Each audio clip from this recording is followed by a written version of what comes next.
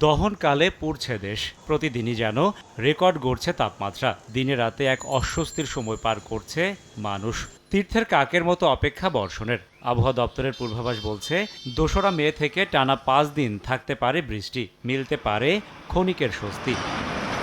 মূলত বজ্রবৃষ্টির পরিমাণ কমে যাওয়ায় এই অঞ্চলে দীর্ঘ হচ্ছে দাবদাহ। স্বাভাবিক সময়ে এপ্রিলে গড়ে ৯টি বজ্রঝড় হবার কথা। ১৯৯৭ সালে ১৪টি, ২০০৪ সালে ১২টি, ২০২১ সালে ৮টি আর গত বছর ৭টি বজ্রঝড় রেকর্ড হয়েছে। সেখানে চলতি এপ্রিলে মাত্র ৪টি, যার একটি মাত্র ছিল বড় পরিসরে। তাই হাঁসফাঁসের এমন হিসেবটা মিলে যাচ্ছে শতভাগ। ক্রমাগতভাবে ১৮ সালের পর বজ্রমেঘ তৈরি প্রবণতা কমে যাওয়ার কারণে বাংলাদেশ এবং তার পার্শ্ববর্তী এলাকায় এই যে বিদ্যমান তাপপ্রবাহ তা দীর্ঘায়িত হয়েছে।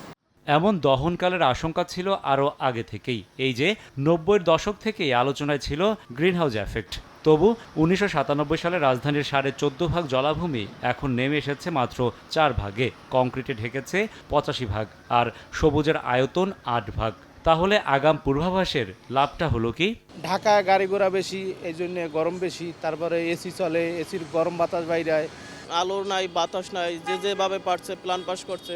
এর জন্য রাজুক, সিটি কর্পোরেশন এবং সবারই দায় আছে। আমরা যে একটু ছায়ার মধ্যে কোথাও যে দাঁড়াবো সেই ব্যবস্থাটা আমরা কোথাও পাচ্ছি না। গরমে থাকতেই পারতেছি না, এই যে ছাতি ফুটাইয়া রাখছি।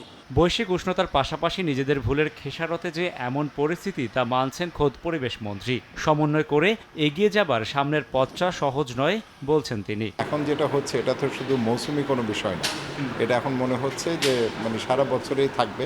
হয়তো যে সময় তাপমাত্রাটা কম থাকার কথা সেখানে সে কমের চেয়ে একটু বেশি থাকছে। কিন্তু এখন আমাদের সেই জাতীয় পরিকল্পনার মধ্যে নিয়ে আসতে হবে। ধীরে ধীরে বিপজ্জনক হয়ে ওঠা তাপপ্রবাহ দিনে দিনে পরিণত হচ্ছে নীরব ঘাতকে, যার ভুক্তভোগী শুধু বাংলাদেশই নয়, দক্ষিণ ও দক্ষিণ পূর্ব এশিয়ার বেশ কয়েকটি দেশ। যুগের সঙ্গে তাল মিলিয়ে বিশ্ব এগিয়ে যাচ্ছে, বাংলাদেশ পিছিয়ে থাকবে কেন? তবে এগিয়ে যাওয়ার মানে এই নয় যে প্রাণ প্রকৃতি ধ্বংস করে, বরং টেকসই উন্নয়নের জন্য সবার আগে জরুরি মানুষ ও প্রকৃতির সহাবস্থান নিশ্চিত করা। রাশেদ বাপ্পি, সময় সংবাদ, ঢাকা।